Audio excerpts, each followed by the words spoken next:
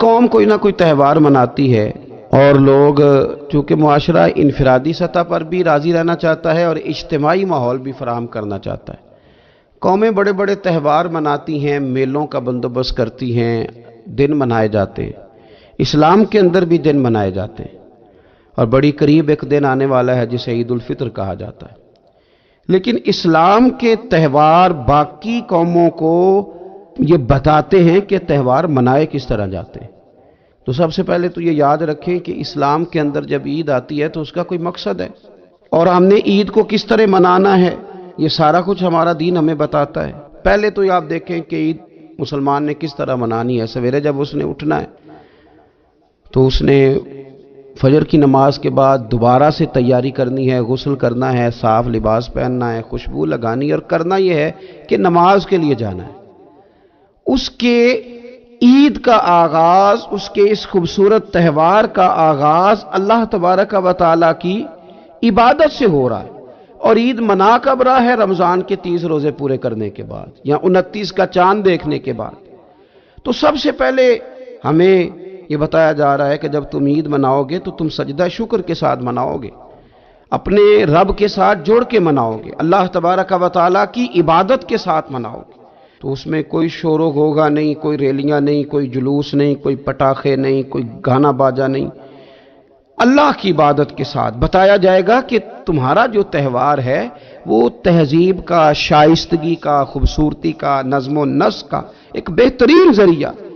تم بڑے راضی جب ہوگے تو پھر بھی تم اپنا ساری جھکاؤ گے رب کی بارگاہ میں، پھر بھی تم یہی کہو گے سبحان ربی العظیم، پھر بھی تم یہی کہو گے سبحان ربی الاعلی، پھر بھی تم اس کی بارگاہ میں جبین نیاز جھکاؤ گے کہ یہ جو تمہارے پاس عید کا دن آیا ہے یہ اجتماعیت کا دن ہے۔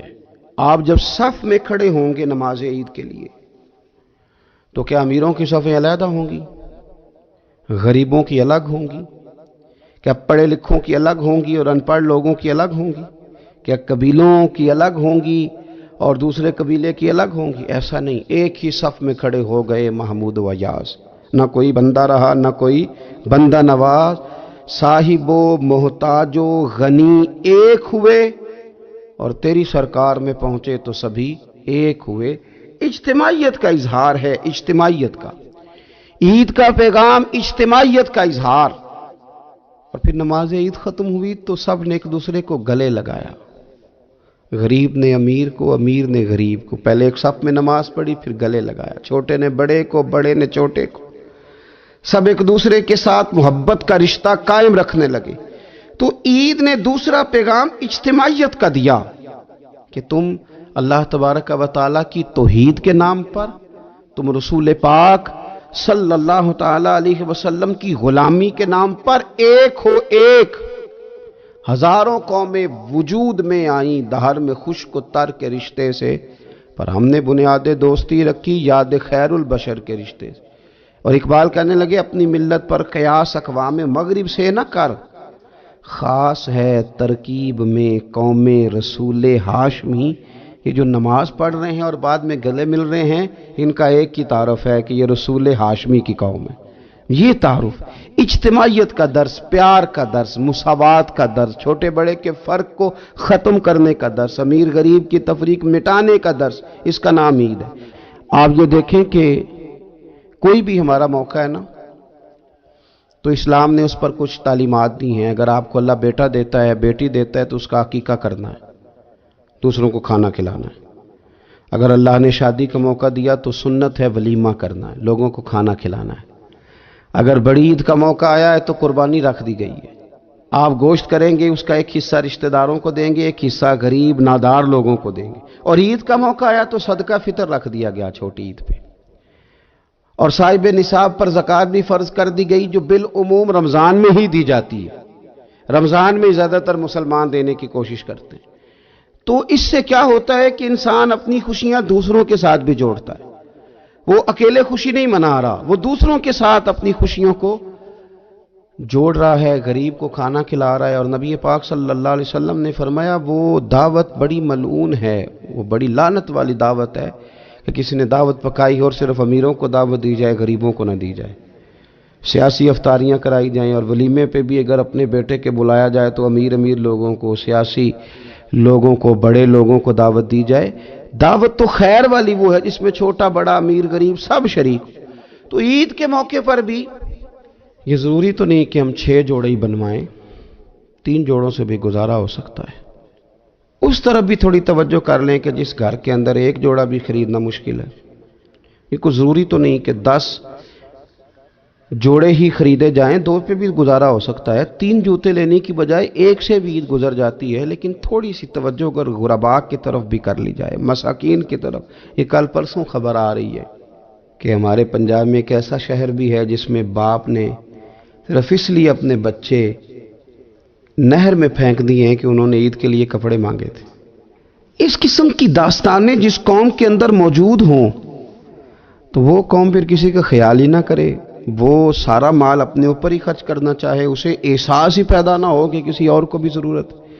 تو عید ہمیں موقع دیتی ہے۔ بزرگوں نے لکھا ہے کہ یہ جو عید پہ کہا گیا نا کہ ایک رستے جاؤ اور دوسرے رستے سے واپس آؤ، تو اس میں بھی شاید ایک حکمت ہمیں یہ بھی نظر آتی ہے کہ کئی دفعہ ایک گلی سے گزرے تو گزرتے وقت خیال آتا ہے کہ یار یہ گھر ایسا ہے، دیکھ کے پتہ چلتا ہے کہ جو غریب ہے مجھے تھوڑا ان کا خیال رکھنا چاہیے۔ پھر دوسری سائیڈ سے واپس آؤ، شاید تمہیں گھر بیٹھے یاد نہ آئے اور مکان دیکھ کے تمہیں سمجھ آ جائے کہ یہاں تو شاید روٹی بھی وقت پہ نہ پکتی ہو، اتنے غریب ہیں۔ تو اسلام نے ہر چیز میں حکمت رکھی، اور صرف عید کے موقع پہ نہیں، مستقل آپ غرباء کے، مساکین کے سرپرست بننے کی، معاون بننے کی کوشش کریں، رسمی طور پر نہیں۔ پچھلے سال نا عید گزری تو مجھے ایک دوست نے ایک پنجابی کا شعر بھیجا، اس نے کہا حضرت جی اس کو ذرا ضرور پڑھیں، تو شعر بڑا انوکھا تھا۔ وہ شعر کیا تھا؟ او راشن ونڈن والے او لوکو، او راشن ونڈن والے او لوکو، او عیدوں بعد بھی بھوک لگ دیجئے۔ عید کے بعد بھول ہی گئے تم؟ مستقل بنیادوں پر کوشش کریں کہ آپ معاون بنیں، غرباء کے، مساکین کے، یتیموں کے، ان لوگوں کی مدد کریں۔ حضرت بشیر بن عقبہ رضی اللہ تعالیٰ عنہ فرماتے ہیں کہ میرے والد جنگ احد میں شہید ہو گئے تھے اور میں ایک کونے میں کھڑا رو رہا تھا، تو نبی پاک صلی اللہ تعالیٰ علیہ وسلم نے مجھے دلاسا بھی دیا، دست شفقت بھی رکھا۔ تو میں نے کہا حضور میرے والد چلے گئے تو کیا بنے گا؟ تو کیا انداز حضور نے اختیار کیا اور کیا انہیں عظیم نسبتوں سے نواز دیا۔ حضور فرمانے لگے اے بشیر بن عقبہ تو پسند نہیں کرتا کہ فاطمہ تیری بہن بن جائے، عائشہ تیری ماں بن جائے اور محمد تیرے والد بن جائیں صلی اللہ تعالیٰ علیہ وسلم؟ مستقل تجھے رشتے نہ دے دیے جائیں، مستقل تجھے سہارا نہ دے دیا جائے، مستقل بنیادوں پر ہی تیرا خیال نہ رکھا جائے۔ نبی پاک صلی اللہ تعالیٰ علیہ وآلہ وسلم کو نا جو چیز بڑی پسند ہے وہ ایثار ہے، اپنے منہ کا نوالا نکال کے کسی کو دے دینا، یہ حضور کو بڑا ہی پسند ہے۔ قربانی کرنا، ایثار کرنا، ضرورت ہوتے ہوئے کسی کی مدد کرنا۔ قرآن مجید آپ پڑھیں نا تو صحابہ کی تعریف قرآن نے بیان کی، فرمایا وَيُؤْثِرُونَ عَلَىٰ أَنفُسِهِمْ وَلَوْ كَانَ بِهِمْ خَصَاصَةٌ، فرمایا وہ دوسروں پر ایثار کر دیتے ہیں چاہے انہیں کتنی ہی ضرورت کیوں نہ ہو۔ عید قریب آ گئی، لیکن کچھ لوگ ایسے بھی ہیں جن سے میں نے دبے لفظوں میں پوچھا کہ سوٹ سلوا لیا ہے، انہوں نے جب یہ کہا نا کہ دکانیں ہی نہیں صحیح طریقے سے کھلی تو وہ نا ان کی جھکی جھکی آنکھیں بتاتی تھیں کہ دکان پہ جانے کے پیسے کوئی نہیں پاس۔ ایک شاعر تھا تو وہ کہتا ہے کہ میں کھلونوں کی دکان کے پاس سے گزرا، میں بھی ساتھ تھا، میرا بیٹا بھی اور میرا پوتا بھی۔ تو میرا پوتا ضد کرنے لگا کہ کھلونا لینا ہے، تو میرے بیٹے نے بڑا سمجھایا نہیں لینا نہیں لینا، پر بچے نے ضد نہیں چھوڑی، باپ نے مارا بھی ڈانٹا بھی، پر اس نے کہا نہیں میں نے کھلونا لینا ہے۔ جب میرا بیٹا نہیں مان رہا تھا تو میں نے پھر اس کو کہا، میں مثال دے رہا ہوں، پس منظر کچھ یوں بنا ہوگا۔ اس نے کہا کہ تم کھلونے کی دکانوں کے پاس سے کیوں گزرے؟ یہ بچے کی ضد ہے، یہ سمجھوتا نہیں کرتی، یہ بچوں کی ضد ہے، یہ سمجھوتا۔ اور وہ آج بھی دوپہر میں بچوں کو سلا دیتی ہے اس ڈر سے کہ گلی میں پھر کہیں کھلونے بیچنے والا نہ آ جائے۔ صرف میری گزارش اتنی ہے کہ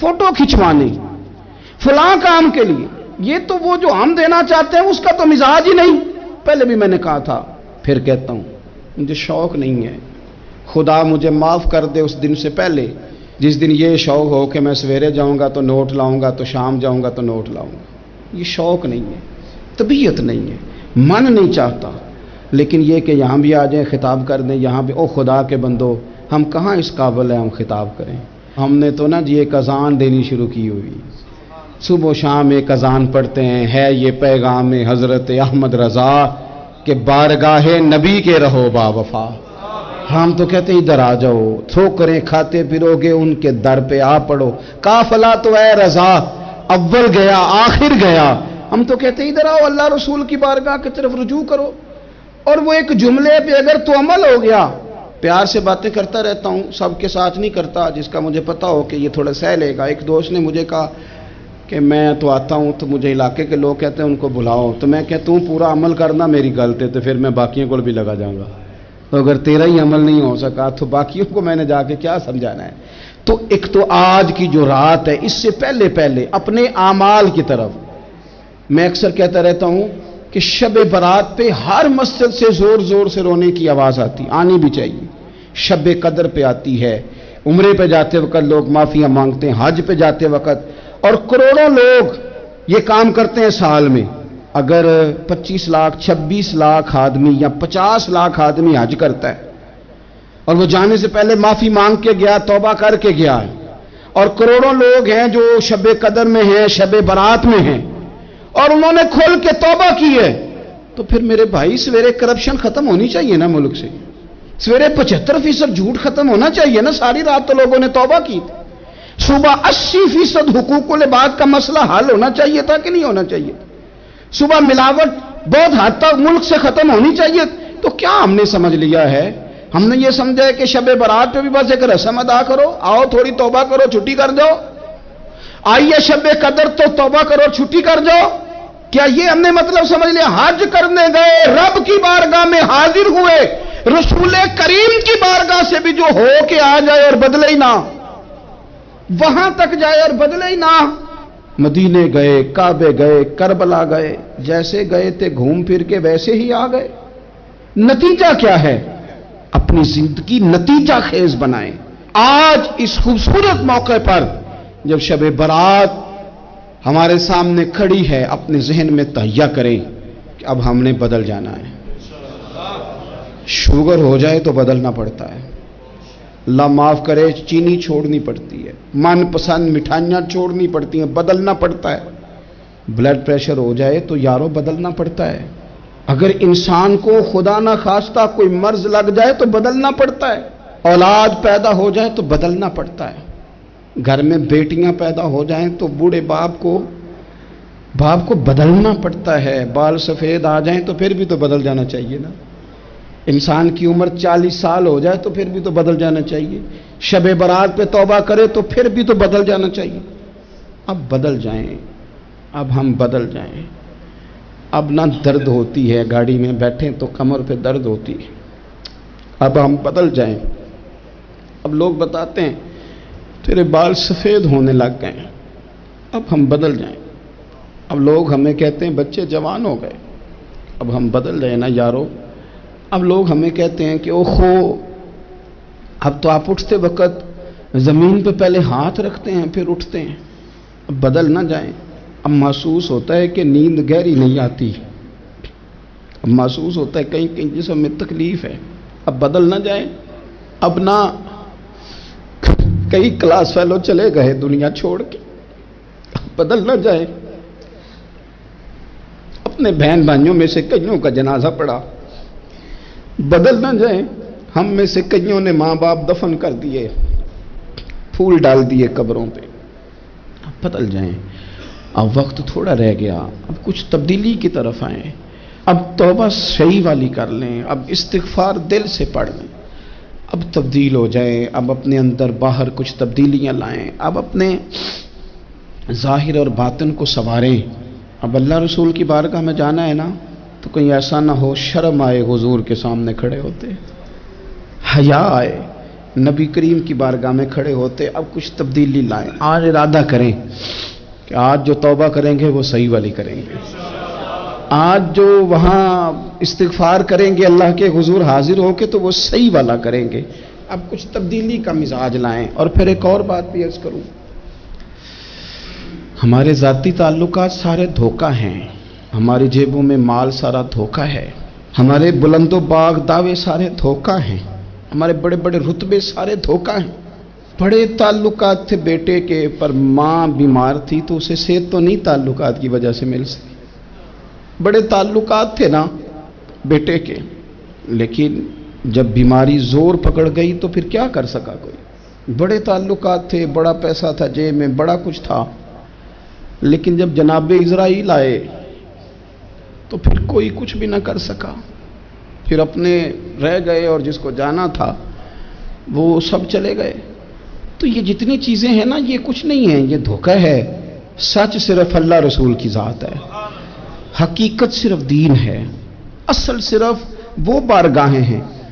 دھوکے میں نہ زندہ رہو، چھوڑ دو یہ بات کرنی کہ بڑے تعلقات ہیں، چھوڑ دو یہ بات کرنی کہ بڑا پیسہ ہے، چھوڑ دو یہ بات کرنی کہ برادری قبیلے علاقے میں بڑا، اور کچھ بھی نہیں ہے۔ کل من علیہ فان، ہوئے نامور بے نشاں کیسے کیسے، دیکھو زمین کھا گئی، نوجوان کیسے کیسے۔ میں مولانا نورانی کی قبر پہ کھڑا تھا تو میں کہہ رہا تھا مقدور ہو تو خاک سے پوچھوں کہ اے لئیم تو نے وہ گنج ہائے گرا مایا کیا کیے، اتنے بڑے لوگ تو لے گئے، اتنے بڑے لوگ قبروں میں کدھر گئے؟ سلطان محمود غزنوی کہاں ہیں؟ شہاب الدین غوری کہاں ہیں؟ وہ لوگ جو میدانوں میں آ کے صرف ان کا نام لیا جاتا تھا تو دنیا کانپ جاتی تھی، وہ کہاں گئے؟ اٹھ گئے سب لوگ، چلے گئے، ختم ہو گیا معاملہ۔ وقت اب ہماری طرف بڑھ رہا ہے، اب تیزی ہے، اب پیغام اجل آیا، کئی ہمارے ارد گرد سے اٹھا کے لے گیا، اب ہمیں بھی تو واپس لوٹنا ہے نا، تو کچھ تیاری کر لیں، کچھ ارادہ کر لیں۔ اور بارگاہ رب رسول کی اس طرح کی ہے کہ بس جانے کی دیر ہے، بس صرف جانے کی دیر ہے، صرف جانے کی۔ اور اللہ رسول کی بارگاہ دوستو وہ والی ہے کہ جہاں نا زیادہ منت بھی نہیں کرنی پڑتی۔ وہ جو 4-5 لوگ تھے نا مکہ مکرمہ میں، انہوں نے بہت ہی اسلام کی مخالفت کی حد کر دی تھی، ان کے لیے حکم ہوا تھا جہاں ملے قتل کر دو۔ اکرمہ تھے، ابن قتل تھے، کچھ اور لوگ تھے، تو پتہ ہے ان کو کسی نے مشورہ کیا دیا تھا؟ کسی کافر نے مشورہ دیا، پر پتہ صلاح کیا دی تھی؟ اس نے کہا تھا تم نے بڑی زیادتیاں کی ہیں، بڑے بے ادب ہو، کسی صحابی کے قابو نہ آنا، مار دیے جاؤ گے، اپنی خطاؤں کے سبب سے تم مار دیے جاؤ گے، لیکن اگر کسی طریقے چھپتے چھپاتے رسول پاک کی بارگاہ میں پہنچ جاؤ نا، اگر وہاں کسی طریقے چلے جاؤ۔ ہم نے پوچھا معافی کیسے مانگیں گے، منہ کیسے دکھائیں گے، ہم نے اتنے ظلم کیے، اتنی زیادتیاں کی، کیسے معافی مانگیں گے؟ تو کہنے والے نے کہا کہ نہیں کچھ نہیں، تم بس کہہ دینا ہم آ گئے، اس سے زیادہ تو بات ہی کوئی نہیں، اتنا ہی تو صرف کہنا ہے آ گئے، اور نہ آتے تو جاتے بھی کہتے، بس تم اتنا کہہ دینا ان العبد اذا اعترف ثم تاب تاب اللہ علیہ۔ نبی کریم علیہ السلام نے فرمایا بندہ جب آ کے کہتا ہے نا یا اللہ میں بھول گیا تھا، غلطی ہو گئی، ان العبد اذا اعترف، مان جو گیا ہوں، مان جو گیا، غلطی ہو گئی، جب کہتا ہے نا میں بھول گیا، ثم تاب، پھر وہ توبہ کرتا، تاب اللہ علیہ۔ پسند ہے قربانی کرنا، احسار کرنا، ضرورت ہوتے ہوئے کسی کی مدد کرنا۔ قرآن مجید آپ پڑھیں نا تو صحابہ کی تعریف قرآن نے بیان کی، فرمایا وَيُقْصِرُونَ عَلَىٰ أَنفُسِهِمْ وَلَوْ كَانَ بِهِمْ خَصَاصَةٌ، فرمایا وہ دوسروں پر احسار کر دیتے ہیں چاہے انہیں کتنی ہی ضرورت کیوں نہ ہو۔ عید قریب آ گئی، باوجود پابندیوں کے بازاروں میں رش بڑھ گیا۔ ہم تو سن رہے تھے کہ لوگوں کا کاروبار بند ہے، پر پتہ نہیں لوگ اتنی خریداری کرنے کیسے پہنچ گئے۔ لیکن کچھ لوگ ایسے بھی ہیں جن سے میں نے دبے لفظوں میں پوچھا کہ سوٹ سلوا لیا ہے، تو انہوں نے جب یہ کہا نا کہ دکانیں ہی نہیں صحیح طریقے سے کھلی، تو وہ نا ان کی جھکی جھکی آنکھیں بتاتی تھیں کہ دکان پہ جانے کے پیسے کوئی نہیں پاس۔ ایک شاعر تھا تو وہ کہتا ہے کہ میں کھلونوں کی دکان کے پاس سے گزرا، میں بھی ساتھ تھا، میرا بیٹا بھی اور میرا پوتا بھی. تو میرا پوتا ضد کرنے لگا کہ کھلونا لینا ہے. تو میرے بیٹے نے بڑا سمجھایا نہیں لینا نہیں لینا، پر بچے نے ضد نہیں چھوڑی. باپ نے مارا بھی ڈانٹا بھی، پر اس نے کہا نہیں میں نے کھلونا لینا ہے. تو جب میرا بیٹا نہیں مان رہا تھا تو میں نے پھر اس کو کہا، میں مثال دے رہا ہوں، پس منظر کچھ یوں بنا ہوگا. اس نے کہا کہ تم کھلونے کی دکانوں کے پاس سے کیوں گزرے؟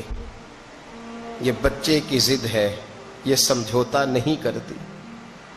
یہ بچوں کی ضد ہے، یہ سمجھوتا. اور وہ آج بھی دوپہر میں بچوں کو سلا دیتی ہے اس ڈر سے کہ گلی میں پھر کہیں کھلونے بیچنے والا نہ آ جائے. صرف میری گزارش اتنی ہے کہ 3 جوڑے بنوانے والا ایک بنوا لے، اور تھوڑا تھوڑا نا ایثار کا جذبہ، غریبوں کا عید پر خصوصی خیال. امیروں نے سارا مہینہ گوشت کھایا ہے اور بڑا دب کے کھایا ہے. جو نبی پاک کی امت سے پیار کرے نا، رسول پاک اس سے بڑا پیار کرتا ہے. اس طرح کرنا، عید پہ گوشت کا آرڈر دینا، لیکن ایک دن اپنے گھر پکا لینا، اور کوشش کرنا کہ دائیں بائیں جہاں گوشت نہیں نہ جاتا تھوڑا تھوڑا وہاں بھی صرف چھوٹے چھوٹے خرچے اپنے کم کر کے، تو وہ پھر بھی جیب میں نہیں رکھنے. وہ تھوڑا سا نا اظہار اس عید پہ بڑا ضروری ہو گیا ہے. ہاں کچھ ہیں ایسے ہی گھر، اب یقین کریں گاؤں میں پھر بھی کچھ لوگ ایسے ہیں جو خیال کر لیتے ہیں. شہروں میں چونکہ ہم ایک دوسرے کا حال بھی نہیں پوچھتے، آج بھی گاؤں میں کچھ کچے مکانوں والے اپنے ہمسائے کے گھر فاقہ نہیں ہونے دیتے. تھوڑی تھوڑی یہ اپیل ہے، میری خاص اپیل ہے، یاد رکھنا. تھوڑا سا میرا ایک دوست سے بڑا ہی پیار ہے، بڑا ہی، مجھے بڑی محبت ہے. میں ضروری تو نہیں ہر بندے کے منہ پہ کہا جائے. ان کی بیٹیاں کام کرتی ہیں. مجھے ایک صبح انہوں نے بتایا کہ بچیاں کام پہ جاتی ہے، تو میں فجر کے بعد سوتا ہوں. اس دن میں سو نہیں سکا، بڑا میں اذیت میں آ گیا. میں نے کہا کہ بیٹیاں تو میری بھی ہیں نا، تو اس لیے یہ تھوڑا سا نا مہربانی کریں خدا را، تھوڑا سا نا امت کا درد بھی محسوس کریں. بڑی بڑی سوسائٹیاں تو تھوڑی ہیں، زیادہ لوگ تو ابھی بھی کچے مکانوں میں ہیں، تو مہربانی کریں تھوڑا سا ان لوگوں کا اس عید پہ ضرور خیال کریں. آج 21 رمضان کو میرے ابا جی فوت ہوئے تھے. آج کے دن، آج ان کو 19 سال ہو گئے. اب 19 سال پہلے میں کہاں تھا آپ سوچ سکتے ہیں. تو میں نے بڑے ان کے جانے کے بعد راتیں بھی دیکھی ہیں، اور میں نے ان کے جانے کے بعد بڑے کٹھن معاملات بھی دیکھے ہیں. تو میں نے یہ ذائقہ چکھا ہے. مجھے پتہ ہے کہ یہ جو غریبی کا اور یتیمی کا رنگ ہوتا ہے، اس کی اصل شکل کیا ہے، وہ میں نے اصل شکل دیکھی ہے. تو میں اس کے مد و جزر سے میں واقف ہوں، مجھے اس کا پتہ ہے. تو مہربانی فرمائیں، آپ سے میری یہ درد مندانہ اپیل ہے کہ تھوڑا تھوڑا دائیں بائیں ضرور توجہ کیجئے گا. رب کریم میری. نبی پاک علیہ السلام نے فرمایا جو بندہ جو کام کرتا دنیا سے جائے گا وہی کام کرتا ہوا اٹھایا بھی جائے گا. ایک بندہ شراب کے نشے میں مر گیا تھا، شراب زیادہ پی لی، پھیپھڑے کام کرنا چھوڑ گئے. یا رسول اللہ صلی اللہ علیہ وسلم یہ شراب میں مر گیا ہے. فرمایا معاذ اللہ قیامت میں اٹھے گا تو اس کے منہ سے شراب کی بدبو آ رہی ہے. مسلم شریف کی حدیث ہے، بخاری میں موجود ہے. ایک صحابی تھے، وہ حضور کے ساتھ میدان عرفات میں پہنچنے میں لیٹ ہو گئے. اپنی اونٹنی دوڑاتے ہوئے تیزی سے میدان عرفات میں پہنچے اور زبان پہ جاری تھا لبیک اللہم لبیک لبیک لا شریک لک لبیک ان الحمد والنعمت لک والملک لا شریک لک لبیک. یہ لبیک کہتے کہتے جا رہے، اچانک اونٹنی سے گرے، گردن کے بل انتقال ہو گیا. نبی پاک علیہ السلام نے فرمایا کفن نہ تو احرام میں ہی لاؤ. حضور نے جنازہ پڑھایا، فرمایا اسے دفن کر دو، یہ قیامت کے دن جب قبر سے اٹھے گا تو لبیک لبیک کہتا ہوا ہی اٹھے گا. جو بندہ جو کام کرتا دنیا سے جائے گا، بس ذہن بنا لو جو کرتا جائے گا. اس لیے ہمارے بزرگوں نے لکھا ہے کہ حضرت عمر نماز پڑھاتے ہوئے دنیا سے گئے تھے تو قبر سے نماز پڑھاتے نکلیں گے. حضرت بلال اذانیں پڑھتے گئے تو اذان پڑھتے ہوئے قبر سے نکلیں گے. حضرت عثمان غنی دنیا سے قرآن مجید کی تلاوت کر رہے تھے، جب شہید کیے گئے تو قبر سے نکلیں گے تو قرآن پڑھتے ہوئے نکلیں گے. اور فرمایا مدینے والے محبوب دنیا سے امت کو یاد کرتے ہوئے تشریف لے گئے تھے، جب مزار سے نکلیں گے تو امتی امتی کہتے ہوئے ہی نکلیں گے. ہر نظر کانپ اٹھے گی محشر کے دن، خوف سے ہر کلیجہ دہل جائے گا، پروڑ کر وہ کالی کملی آ جائیں گے، سارے محشر کا نقشہ بدل جائے گا. دیکھیں نا، ناراض نہ ہوئیے گا. تاجر تجارت کا ذکر گھنٹوں کرتا ہے تو تھکتا نہیں، سیاستدان سارا دن سیاست کی باتیں کرتے ہیں تو تھکتے نہیں. تو آپ قرآن پڑھتے ہوئے کیسے تھک جاتے ہیں؟ تسبیح نکالتے ہوئے کیسے تھک جاتے ہیں؟ درود شریف پڑھتے ہوئے. موت کے لیے تیاری کریں. آپ جو کام کرتے ہیں نا انشاءاللہ وہی کام کرتے ہوئے دنیا سے. اعلیٰ حضرت فاضل بریلوی رحمت اللہ تعالی علیہ فرمایا کرتے تھے انشاءاللہ ساری زندگی حضور کے ترانے پڑھے ہیں، قیامت میں بھی ترانے پڑھتے ہی اٹھیں گے. میں اپنی حیاتی تو قربان تھی ماں، محمد محمد پکیندے گزر گئی، محمد محمد پکیندے گزر گئی، احد کولو احمد ملیندے گزر گئی. تو تیاری کریں، اسباب اس کے لیے بنائیں. آپ بخاری مسلم دیکھیے، حضرت سیدنا ابو بکر صدیق رضی اللہ تعالیٰ عنہ فرمانے لگے کہ جب ہم غار ثور میں تھے تو کافر جو تھے نا وہ بالکل غار کے قریب آ گئے. جن لوگوں نے غار ثور دیکھی ہوئی ہے وہ جانتے ہیں کہ اس جانب وہ سوراخ ہے غار ثور کا جہاں تک کافر آن پہنچے تھے. تو فرماتے ہیں کہ کافر بالکل قریب آ گئے. اب پوزیشن یہ بن گئی کہ ان کے پیر ہمیں نظر آنے لگے، بالکل سامنے کھڑے ہیں، وہ تلاش کرتے کرتے آ گئے. حضرت ابو بکر صدیق رضی اللہ تعالیٰ عنہ فرماتے ہیں میں نے بڑی پریشانی کے عالم میں عرض کی یا رسول اللہ صلی اللہ علیہ وسلم، اگر انہوں نے اپنے پیروں کی طرف دیکھا تو ہمیں پکڑ لیں گے، اگر انہوں نے اپنے پیر دیکھے تو وہ ہمیں چھوڑیں گے نہیں، پکڑ لیں گے. تو نبی پاک صلی اللہ تعالیٰ علیہ وسلم کا میں نے چہرہ دیکھا تو حضور کے چہرے پر پورا اطمینان تھا. میں نے بڑی پریشانی کے عالم میں عرض کی حضور وہ گرفتار کرنے والے پہنچ گئے، بالکل یعنی بالکل ہی پہنچ گئے حضور، یہ پیر آ گئے ان کے. یا رسول اللہ صلی اللہ علیہ وسلم اگر انہوں نے نیچے دیکھا تو ہمیں گرفتار کر لیں گے. قربان جاؤں مدینے والے محبوب کے توکل پر.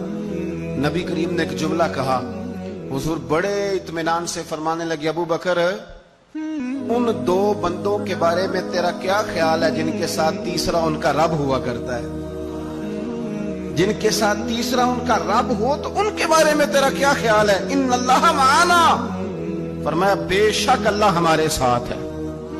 تو اللہ کی ذات پر توکل، بھروسہ اس کے فضل پر، اس کے کرم پر. دیکھیں نا ہمارے ہاں بہت زیادہ بعض لوگ خوف کا شکار ہو جاتے ہیں، ڈرتے پھرتے ہیں، سہمے رہتے ہیں. اور خدا کے بندے تیرا ڈر تجھے مارے گا، تیرا خوف تجھے مار ڈالے گا، تیرا ڈر جو ہے وہ تجھے کمزور کر دے گا. اگر تیرے اندر قوت ہے، اگر تیرے اندر ہمت ہے.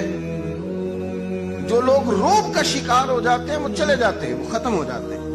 اور جن کی قوتیں باقی رہتی ہیں، جن کی ہمتیں باقی رہتی ہیں، جن کی طاقتیں باقی رہتی ہیں، وہ جسمانی طور پر تو جوان ہوتے ہیں، اللہ انہیں روحانی طور پر بھی جوانی عطا فرما دے. یہ جو دن چل رہے ہیں وہ ہمارے ہاں ہمارے حکمران کہتے ہیں مزید سخت فیصلے کرنے پڑیں گے.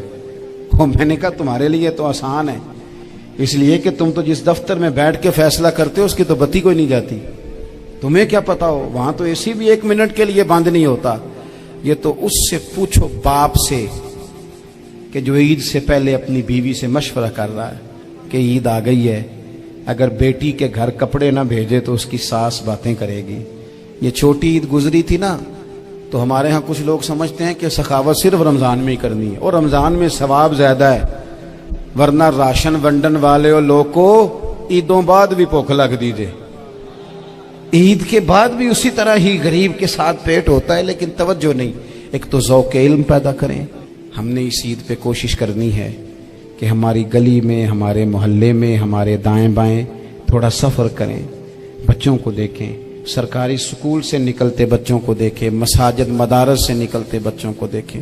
ہم نہ ایک ایک دو دو کا ساتھ دیں. یہ جتنی سیاسی جماعتیں کام کر رہی ہیں، جن کی حکومت تھی، جن کی ہے، پتہ نہیں کل کس کی آئے گی، میں تو ذاتی طور پر ان سے پورا مایوس ہوں.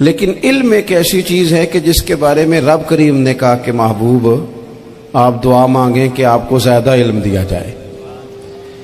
اور پھر علم ایک ایسی چیز ہے کہ کوئی بھی آدمی یہ دعویٰ نہ کرے کہ میں نے بڑا حاصل کر لیا ہے، میری اب تکمیل ہو گئی ہے، میں اب مکمل ہو گیا ہوں.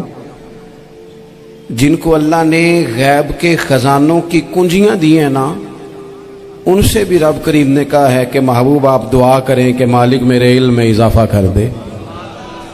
تو جب وہاں تک یہ بات ہے تو پھر عام آدمی کو بھی چاہیے کہ وہ اپنی معلومات میں اضافے کا شوق پیدا کرے. اور تیسری بات یہ کہ جو حضور کے علم شریف پر بات کرتے ہیں وہ بھی اس آیت سے سیکھیں کہ حضور کا علم تو ہر روز رب اس میں اضافہ فرما رہا ہے، تو ہر روز اضافہ ہو رہا ہے. وَلَلْآخِرَةُ خَيْرٌ لَكَ مِنَ الْأُولَىٰ، ہر روز ترقی ہو رہی ہے حضور کے علم شریف کی بھی. تو ہمارے ہاں زیادہ تر لوگ بات اس لیے سیکھتے ہیں کہ میں کوئی کہیں سے مسئلہ سیکھوں گا پھر جا کے اپنی مسجد کے امام کو تنگ کروں گا کہ وہاں تو میں یہ سن کے آیا ہوں تو یہاں یہ کام کیوں نہیں ہوتا. میں کوئی بات سیکھوں گا تو پھر میں اس سے بحث کا دروازہ کھولوں گا. علم کا مطلب ہی اپنے آپ کو سنوارنا ہے. معلومات حاصل کرنے کا مطلب یہ کہ آپ کے عمل میں پختگی آئے، آپ کے کردار میں پختگی آئے، آپ نے جو سیکھا ہے آپ اس کے مطابق اپنے آپ کو ڈھالیں. مسلم شریف میں موجود ہے، نبی پاک صلی اللہ علیہ وسلم نے دعا مانگی ہے، اے اللہ میں اس علم سے تیری پناہ مانگتا ہوں جو علم تو ہو پر نفع والا نہ ہو. جس بندے کے علم نے اسے نفع نہیں دیا، وہ کچھ سیکھ نہیں سکا اس سے، تو اس کا علم کسی کو کیا نفع دے گا.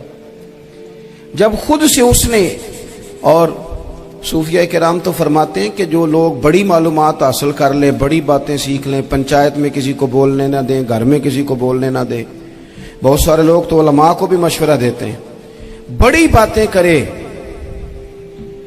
لیکن عمل کے لحاظ سے بندہ زیرو ہو تو اہل دل فرماتے ہیں اس کی صحبت سے بچو.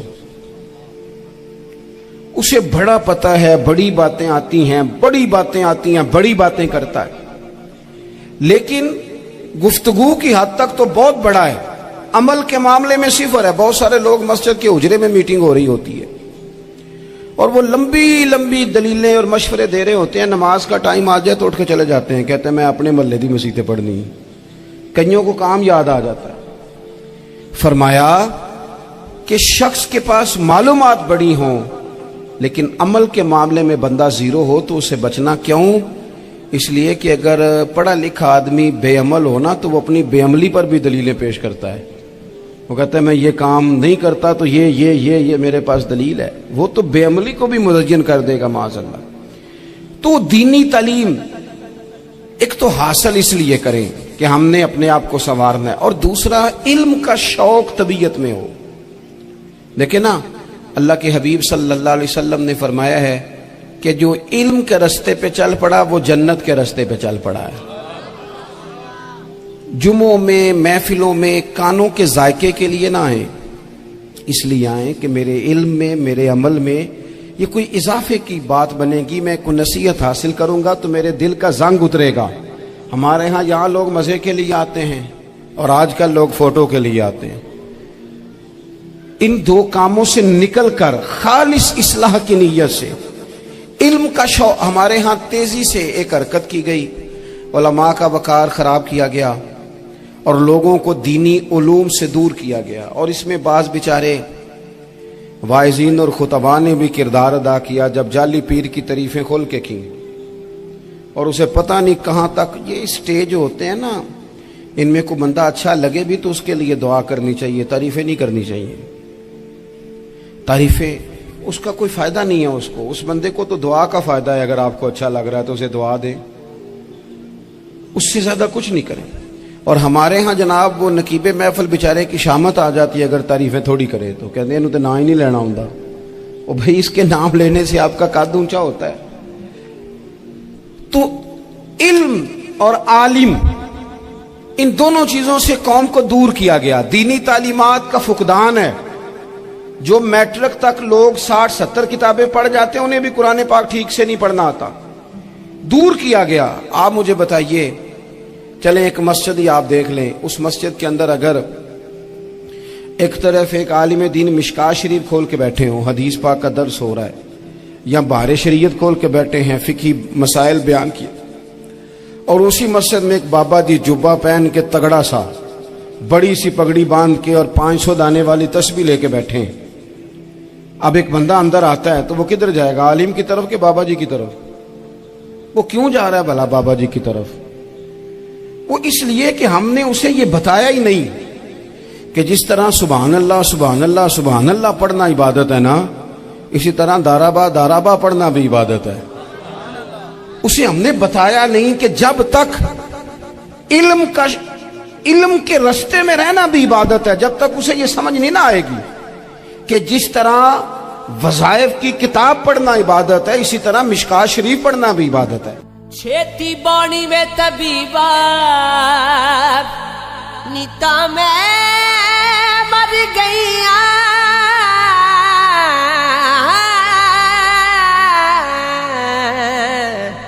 مر گئیاں، تو جھوم جھوم جھوم، تو جھوم جھوم جھوم، چھپ گیا وے سورج بار رہ گیا لائی، وے میں صدقے ہواں، پیڑاں نو میں سینے لاواں تے میں ہسدی جاواں، او پیڑاں نو میں سینے لاواں تے میں ہسدی جاواں، دھوپاں دے نال لڑ لڑ کے میں لبیاں اپنیاں چھاواں، دکھ بھی اپنے سکھ بھی اپنے میں تے بس جانا، سب نو سمجھ کے کی کرنا ہے، دل نو اے سمجھاواں، تو جھوم جھوم جھوم، تو جھوم جھوم جھوم، سدن باغ بلے بول، سدن باغ بہارا، سدا نہیں ماپے حسن جوانی، سدا نہیں صحبت یاراں،